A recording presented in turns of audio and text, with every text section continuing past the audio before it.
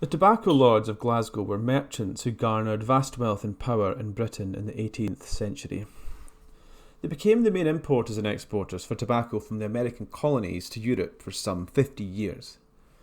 This golden age created Scotland's first millionaires, its first powerful capitalist class. They adopted aristocratic lifestyles and built illustrious monuments to their wealth and power. Glasgow was turned from a small town to a thriving industrial city through their reign. But their supremacy in the big tobacco trade would come crashing down with the American War of Independence. This crushed many tobacco lords who did not diversify their cargo, tearing down many of these giants of Scottish and British society. But despite this, their legacy lives on until this day, and the work they brought to Glasgow helped turn the city into an industrial powerhouse. It all started for the tobacco lords when Scotland and England joined together to become the Kingdom of Great Britain in 1707. This allowed merchants to have access to England's colonies around the world, such as the Americas. Due to favourable and perpetual trade winds that blew from east to west, the journey from the colonies in America to Glasgow was actually up to 3 weeks shorter than any other place in Britain and Europe.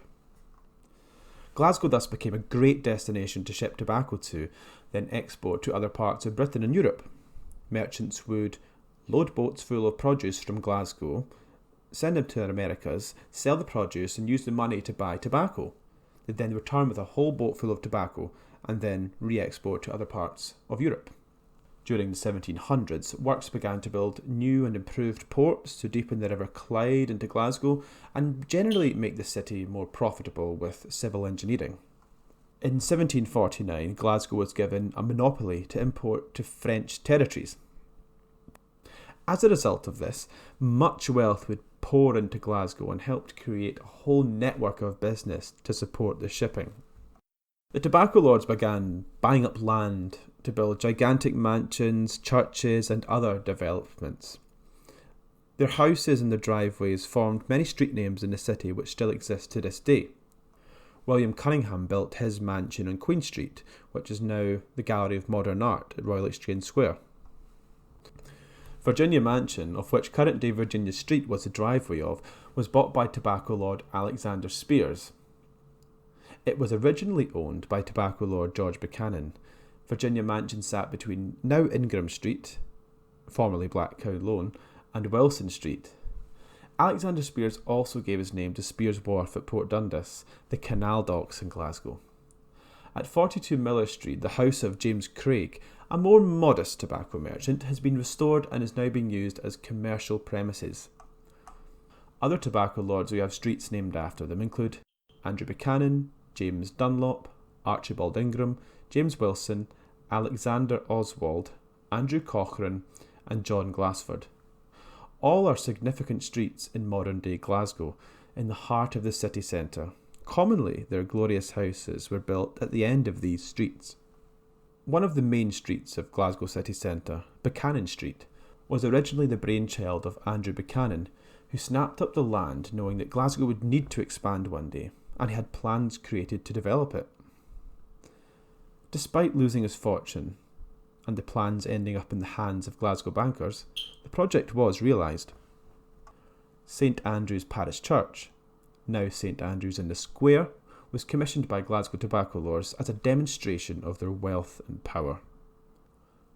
While their reign would have seemed like it would last forever, the big tobacco industry came crashing down.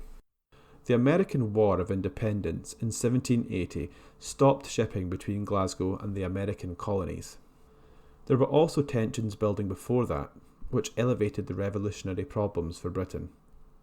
The wealthy tobacco lords had become vilified for their so-called exploitation of tobacco planters. The Glasgow tobacco lords did not quite operate the same as other merchants. A paragraph from the website Cigar and Spirits explains it well. Open quotes. Despite the fancy garb, things were not always as they seemed. Malcontent colonists felt cheated by the tobacco trade. The tensions steadily grew approaching the 1760s. The colonists believed that Glasgow tobacco lords were manipulating prices and causing tobacco farmers to fall into major debt. You see, the English merchants made their money by selling tobacco to Europe, but the Glasgow tobacco lords prearranged deals and then offered credit, giving huge loans to these planters. This line of credit would allow the tobacco farmers to purchase goods before their crop was harvested. Close quotes. So this fact that English merchants would take a commission, while Glasgow's tobacco lords preferred a fixed price, would cause great tensions. Many farmers were deeply in debt and forced to sell their goods at ridiculously low prices. Some of these planters include future presidents of the United States of America, such as George Washington and Thomas Jefferson. Jefferson was put in so much debt by the tobacco lords that the only way he could have got out of it was to sell all of his land and property. The tobacco boom for Glasgow came to an end when the American War of Independence broke out, partly due to reasons experienced by the planters among taxation and other issues. The industry in Glasgow was crushed, as it was too dangerous for the tobacco lords' ships to make the crossing. When America gained its independence, it could now cut out the middleman, Glasgow, and sell directly to Europe and the rest of the world. The tobacco lords' reign was over, and many of them were financially ruined. Andrew Buchanan lost everything, and his development plans for Buchanan Street, as said before, ended up in the hands of Glasgow bankers. John Glassford, who owned one of the biggest fleet of trading ships and plantations, was also ruined. Despite making enormous fortunes, he died buried in debt. The merchants who did not diversify the product with goods like sugar, rum, and those from other parts of the British Empire lost their fortunes. William Cunningham was clever enough to buy tobacco stock off his concerned and panicked tobacco lord friends and sold it on for great profits.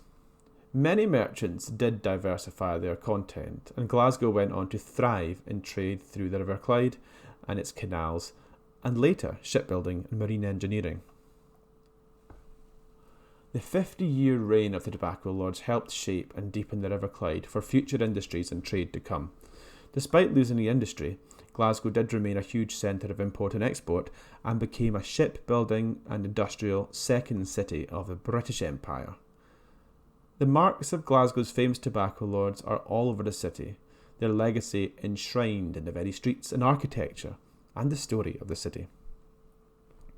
It's hard not to look back with a bit of nostalgia and wonder at these men who did in such a short time become Scotland's true first capitalist class and created an incredible city.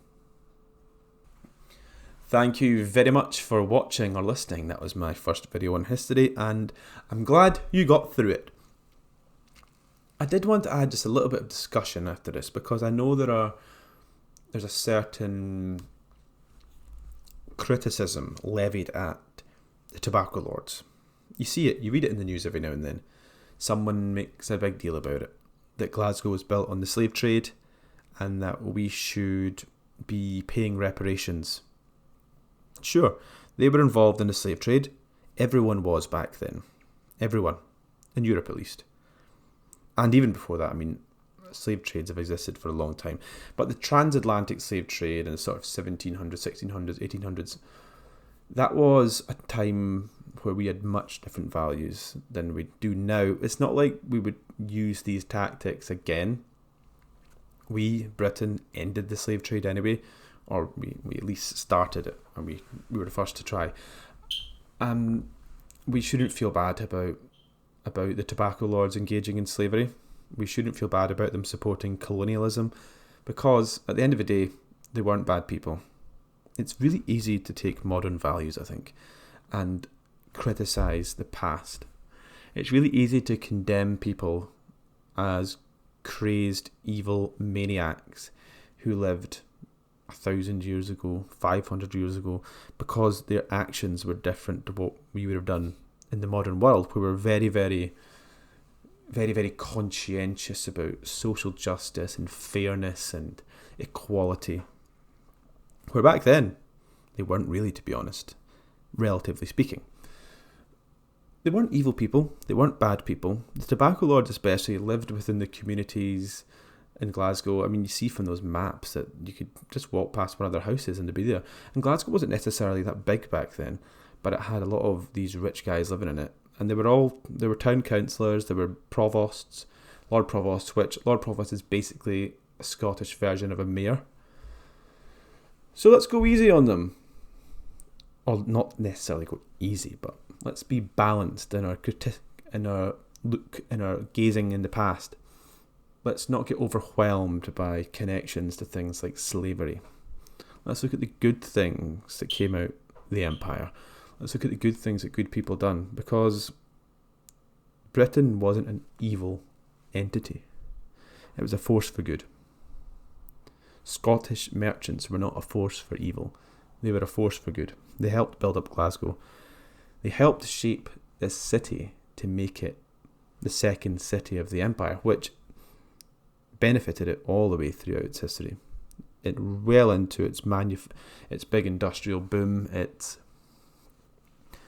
shipbuilding, because of all the work the tobacco lords forced to happen on the River Clyde so they could bring their ships in further. So yeah, let's be balanced, let's be fair. Let's not judge people that lived 300 years ago with modern values. Let's love the history instead of hating it.